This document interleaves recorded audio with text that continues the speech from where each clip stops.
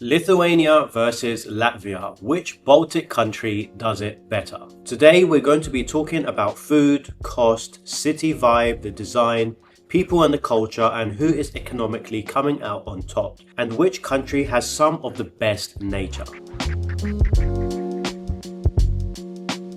Hey everyone, I just wanted to ask you all for a huge favor just before the video starts today.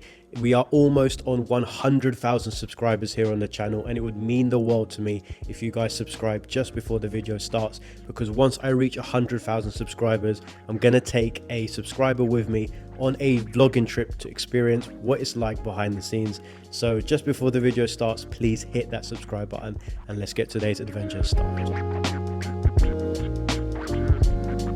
For those of you that are new to the channel, my name is Yad and I'm from the UK, and I have spent quite a considerable amount of time in Latvia because my wife is Latvian and we have a child, so we spend quite a lot of time coming back to Latvia in the summertime to see the family and of course enjoy some of the beautiful nature that Latvia has to offer. Now recently we did a trip to Lithuania because it just borders Latvia, and where we currently stay when we do visit Latvia is a place called Jelgava, and it's literally borders Lithuania by about 1 hour. So we thought we have to visit there because I have a lot of Lithuanian subscribers over the years that are always saying that you always go to Latvia but you never visit our country. So I visited Lithuania and we actually filmed a video, a full vlog on it, which was released last week. So if you guys want to go and check out that video as well, maybe after this one, you can go click the link up there, or if you want to watch it now and then come back to this one, that's totally fine, because you'll see a full vlog on how we experienced our time there. And honestly, I must say I was quite pleasantly surprised about Lithuania. Very, very different to Latvia in many ways, which we'll go into today.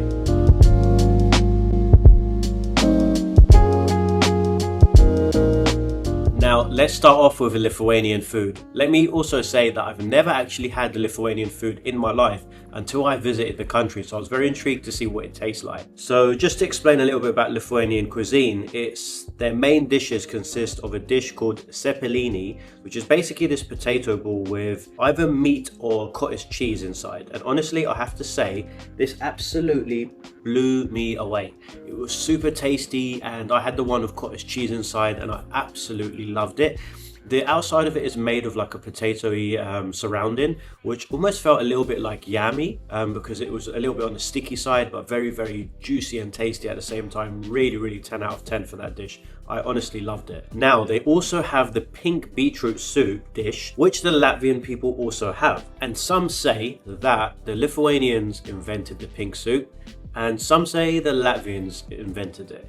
And I said when I was on the trip that I'm gonna put it down to who has the best pink soup. Whoever has the best pink soup, for me, I'm gonna say you guys invented it. So I'll let you know shortly who did. So let me just start off by saying how the pink soup was in Lithuania. It was definitely very different to the Latvian one. It was much more creamy texture, very, very thick consistency. I really did enjoy it. It was very, very tasty and a lot more mild tasting than the one in Latvia. And then let's jump onto the kvass as well. So the kvass I wasn't the biggest fan of, to be honest, because kvass I never actually had until I visited Latvia, the Baltics in general. I never heard of it before, and it was just like this totally new thing to me. And the kvass that I had in Lithuania was basically like this creamy looking, almost like a birch juice type of drink, and I couldn't really nail it. I wasn't sure what I was honestly drinking. It tasted a little bit like gone off at the same time and a little bit nice, so I just couldn't put my take on it to see like what this actually was. I had to ask the waiter and he kind of explained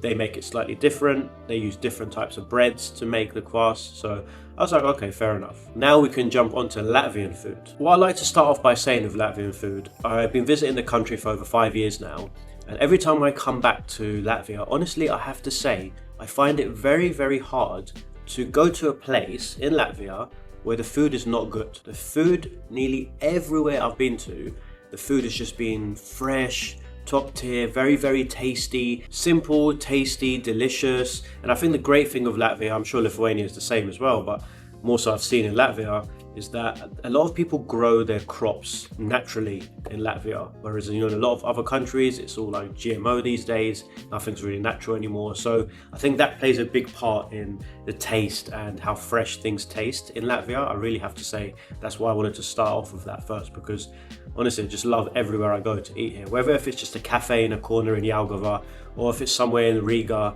There's not much of a contrast, because even in the small restaurant in Jelgava I have a great meal.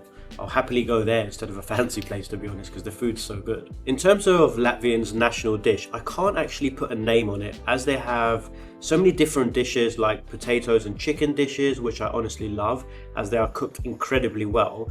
But I can certainly touch on the pink soup. Now, the pink soup in Latvia is honestly my favorite soup in the world.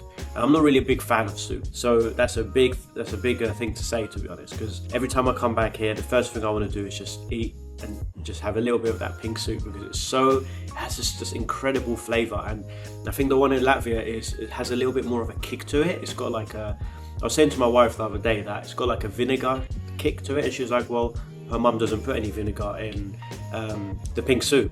But I said, honestly, there must be something in there that has that kick to it. And then when I checked the ingredients, in like the ones you buy in the shop, for example, it has mustard seeds. So I'm guessing it could be that. And in Latvia, there's a place called Lido, not sure how to say it exactly. I think it's Lido.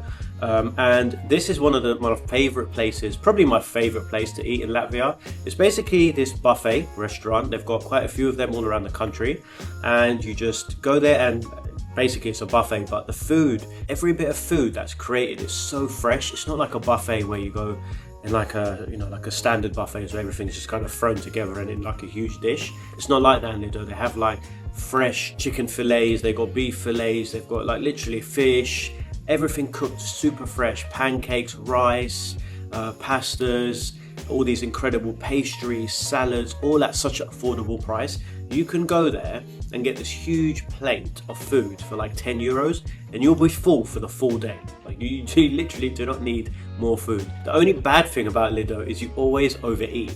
That's my only issue with it. I love it, but every time I finish, I'm like, oh, I can't even move. Now, I'm sure a lot of people can relate to that, because the people that work there, they put such a big portion on the plate. And I'm always telling them, guys, enough, you don't need to put more, but they don't never listen to me. They just chuck it on anyway. And just before I announce who wins the food, Latvia or Lithuania, I wanted to share with you how I always stay connected with internet whenever I travel around Europe and around the world. And trust me, it's a game changer. If you are kind of like a digital nomad or somebody that is traveling around quite a lot, the sponsor of today's video would definitely come in handy for you guys, and that's Holofly eSIM. They're basically an eSIM provider that allow you to have internet connection in over 200 destinations around the world, and they've just been such a game changer for me when I travel to countries now. I no longer have to worry about physical SIM cards that are just such a headache, because when you're traveling a lot, if you end up buying SIM cards in each country that you go to, you risk the fact of losing your own SIM card by just misplacing it.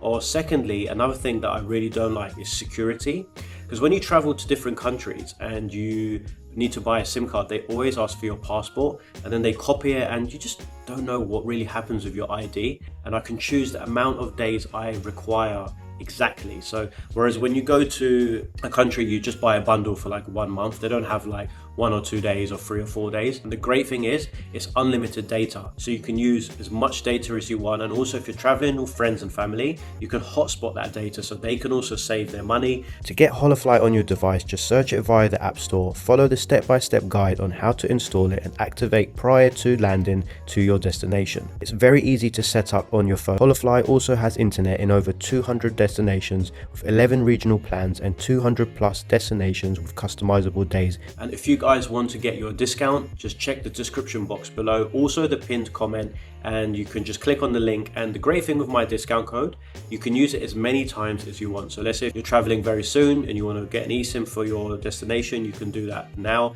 And if you're traveling, let's say again in a few months or in a year or so, you can keep using the same discount code to make sure you always get a discount with Holofly eSIM. Next, we can move on to the kvass in Latvia.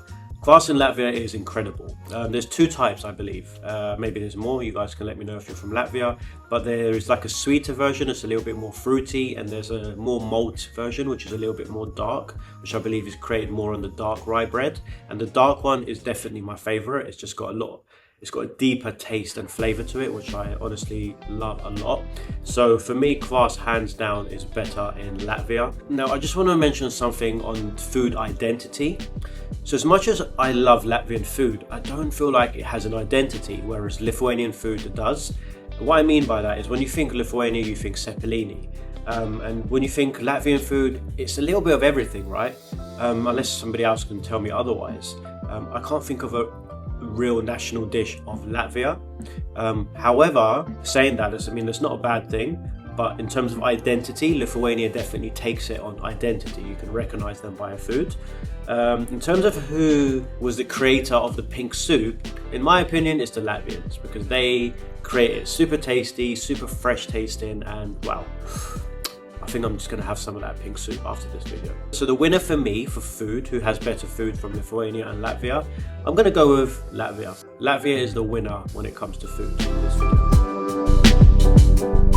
Next, let's talk about the economy. Firstly, we'll talk about Latvia. And one thing I have to say about Latvia, it honestly has so much potential, but it honestly feels like it's not quite fulfilling it yet. If you are looking for like a workspace in Latvia, the place where I stay in Jelgava has got this awesome workspace that I've been staying in. It's only been open for a few months, so it's kind of brand new, but it's a dope little spot where you can basically come and work and spend most of your day and do what you need to do from your laptop. It's got a really nice chill out area here, and with some lighting and like a studio area, which is super cool. And also we've got all this area over here where you can basically do some work. You've got some desks over here. But yeah, a great little spot to work if you are in Jelgava and you're looking for a place to do some work from.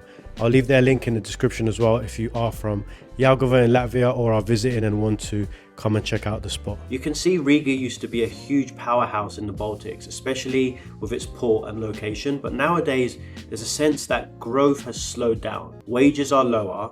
A lot of the younger people these days in Latvia are moving abroad for better opportunities, because when I lived in Dubai for some time, there was quite a lot of Latvians there, and when we spoke to them, Latvian people just said there's no opportunities anymore for younger people to earn decent wages, and especially with the rise of cost with groceries and just cost of living. They just said there's not much of a prosperous life in Latvia for them. So a lot of the young people, the kids, are just moving abroad to places like Dubai and other foreign countries to earn a better salary. And even though things like startup culture does exist in Latvia, it's nowhere near as fast moving as its neighbor. For example, in Latvia, there's the area that I mentioned before, Jelgava. It's one of the biggest cities in the country, but it has so much potential to do well. And over the years, when I have visited Jelgava and I spent some time there, things like coffee shops have been opening and closing throughout its time over the last 5 years.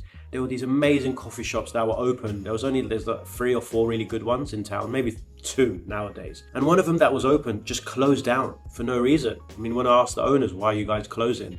And they said it's politics. They didn't want to get into it too much, but they said it's more like politics. I'm not sure what they meant by that. Maybe if you're Latvian, you can enlighten me a little bit what they mean. But there's just so much potential in areas like Jelgava to do well, because there's a cafe that recently opened up in the area. It's super simple, super basic, but very, very nice. They do things brilliantly, like just nice coffee, amazing pastry, great food.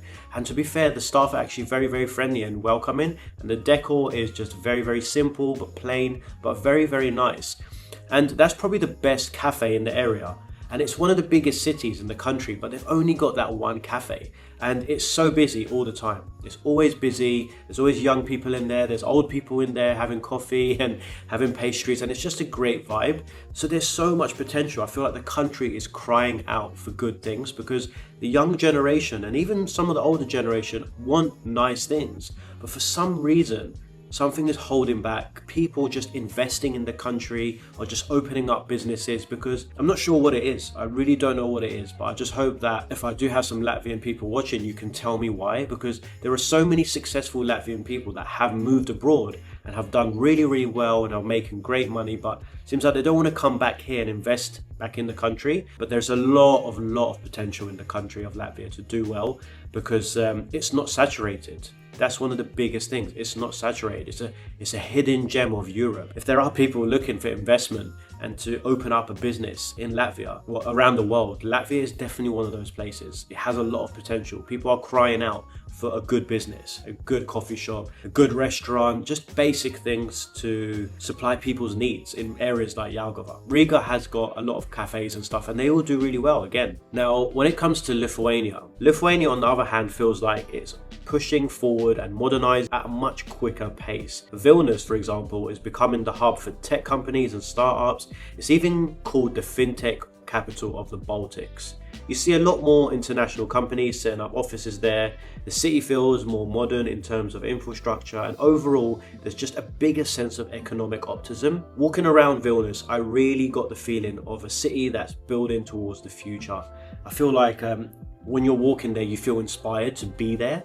And I think that's a very important thing. And as a young person in Lithuania, you can definitely see more younger people wanting to stay there, and it's become a place now for digital nomads wanting to visit and stay in Lithuania. They've even got like a digital nomad visa now to attract people to come and live there, work there and stay, and essentially invest into the economy and the country. So it's really nice to see a country doing that and pushing forward in that way, because the way we're moving in the world, it's all about these type of things. So I just feel like when it comes to Latvia, they just need somebody to push these things forward in the country. A lot of people nowadays since COVID have become digital nomads, working from their laptops. So I feel like if Latvia created something like a digital nomad visa and made it appealing, a lot of people would be interested, because places like Riga is a cool place to come and check out. And if they had like a digital nomad visa for like 1 or 2 years at an affordable price, because Latvia's in Europe, it will be very, very appealing to people. So again, there's potential there for Latvia to do the same as what the neighbor is doing.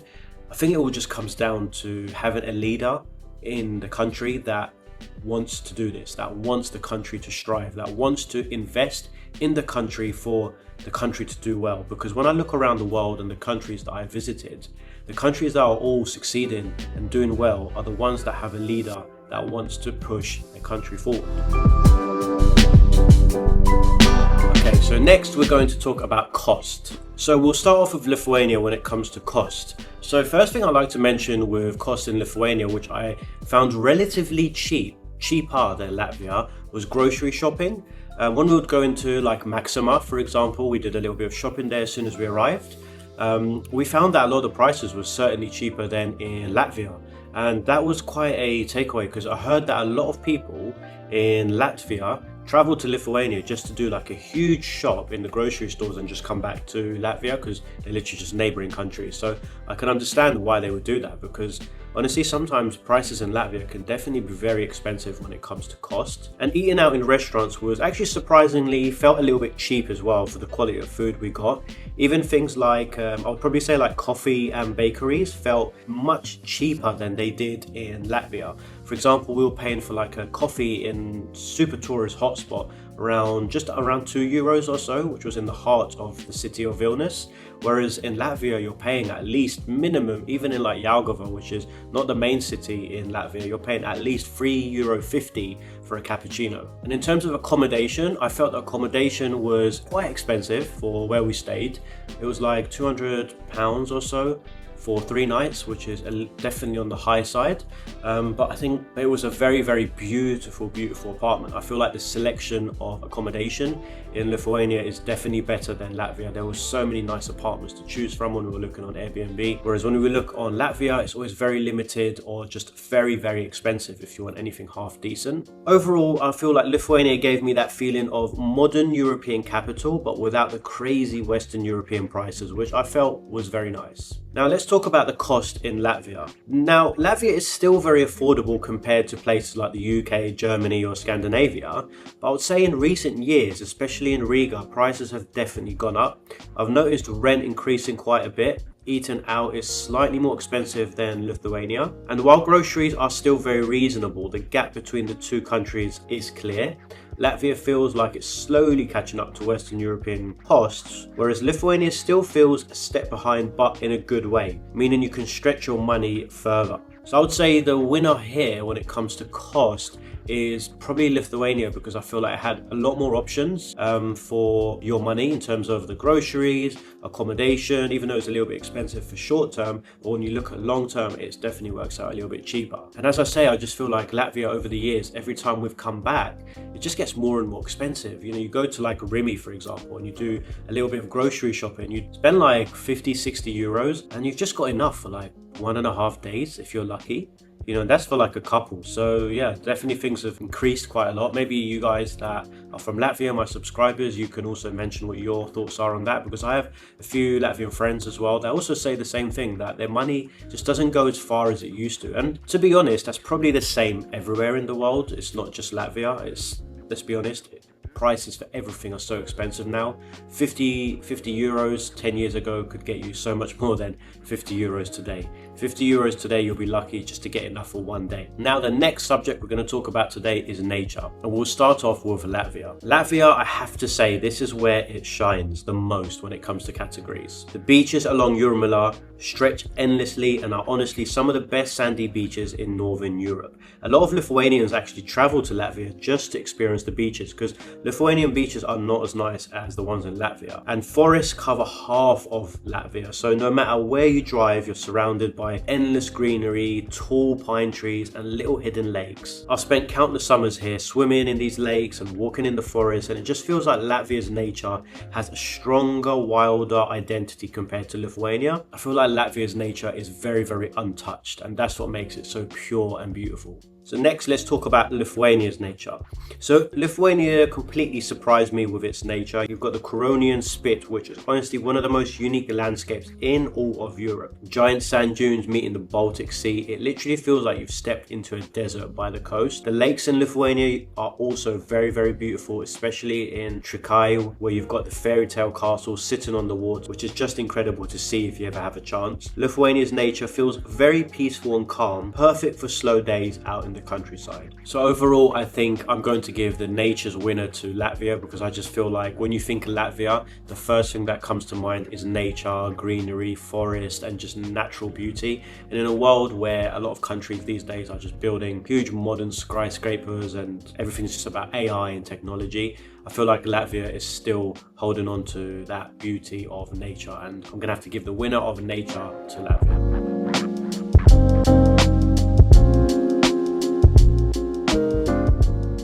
Okay, so the next subject is people. So let's start off with Lithuania. The people of Lithuania, I really thought were going to be a little bit cold, reserved, just a little bit like that Northern Europe type of vibe. But honestly, I was quite surprised. They were very, very friendly, they were smiley, and they were just like very warm people to be around and talk with, which I found so pleasant, because coming from Latvia, I have to say that when it comes to Latvian people, I think once you get to know them personally, they're lovely, lovely people. But just that initial, I would say the initial interaction, always very standoffish. I'd say quite rude in a lot of instances. I just feel like they're always super angry and just don't want to socialize. Unlike Latvian people, I just feel like people in Latvia are still a little bit very reserved, which I totally get, because a lot of the European culture is generally like that. But I just feel like the people in Latvia, more the older generation I would say, are holding back the younger generation a little bit in terms of just friendliness and just giving a little bit of warmth, being a bit more friendly to people. And there's just been I've had quite a lot of experiences in Latvia where people have just been very rude. And even I've had some like racist type of issues in Latvia, which I don't really want to go too much into in this video. But there was a couple of occasions where I did have some issues.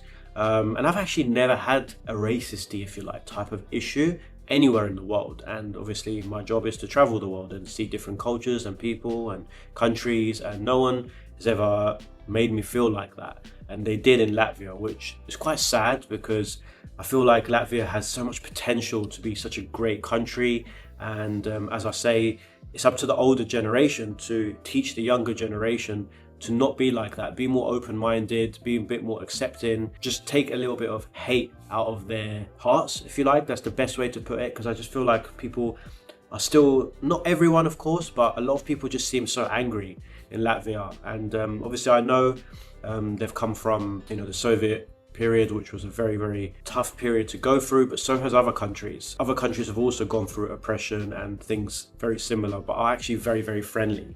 I just hope that one day Latvia over the next few years does improve on the friendliness and welcomingness of people. And I think that's the only thing I would say when it comes to people and culture. In terms of culture, Latvians are very cultural. There's a lot of events always happening. They're very family orientated. So that's something that I can't take away from Latvian people. But overall, if I have to give the people's friendliness a rating when it comes to Lithuania and Latvia, probably guys are probably going to guess it, but I'm going to give it to Lithuania because honestly, when I was there for a few days, I just felt people were super kind, friendly, and didn't have like any negative vibes from the Lithuanian people. They're all super cool. But again, this is just an area that Latvia needs to improve on, and I hope they can in the future. So after comparing both countries across food, cost, nature, people, and economy, here's my final verdict. If you're looking for modern vibes, affordability, and a country that feels like it's racing towards the future, then I would say Lithuania is the clear winner. Vilnius feels like this hidden gem of a capital city that not enough people are talking about. And it genuinely shocked me with how advanced and affordable it was. But if you're someone who loves pure untouched nature, endless forests, wild lake, and traditions that feel deeply rooted in the culture, then I would say Latvia has that edge. For me personally, I'll always have a soft spot for Latvia because it's where my family is from and where my daughter was born. But even putting that aside, I think Latvia does hold its own when it comes to nature and authenticity. At the end of the day, both Lithuania and Latvia are absolutely worth visiting. And I honestly think they complement each other. Lithuania gives you that modern, future-looking experience, and Latvia balances it out with tradition and raw natural beauty. So I guess the real winner here is the Baltics as a whole. And I know I've not visited the third Baltic country, Estonia, which is going to be on the list. And when I do visit there, I'll make a full comparison of all three countries and then we can decide who's the best overall. But for me, if I have to choose the winner between Lithuania and Latvia, it's a very tough one. I love Latvia because it has the nature and the natural beauty, but I love Lithuania because I can just see a country that's being led to success and moving forward and investing heavily into their country to do well, which I personally think is one of the most important things in a country. And I just feel like Latvia is a little bit behind on that. So I think over the next maybe 10 years or so, if Latvia does do the same thing, Latvia will be a clear winner because there's so much potential there. For me today, Lithuania is going to be the winner because of that sole reason, because of the reason that they are trying to move their country forward and for it to be successful. However, that's not saying that Latvia is a bad place. It's still a beautiful country. It's so much to see and do. It just has some way to go to improve. So overall, that's my verdict, guys. And again, it's not factual, it's just my personal experience and a view. I love both of the countries and I can definitely recommend visiting Latvia and visiting Lithuania. What I'd recommend doing for anyone that's looking to do this trip is start off in Latvia and explore Latvia first, and then from there you can drive all the way down to Lithuania, then you can drive all the way to Estonia, and then you can see all three of the Baltic countries. But overall, guys, if you enjoyed today's video, I'll leave it there. Leave all your comments down below. I'd love to hear what you guys think. And yeah, I'll see you all on the next video. And hopefully you guys enjoyed today's video. Don't forget to subscribe and like the video if you liked it. And I'll see you all on the next episode. See you on the next one, guys. Peace out and good night.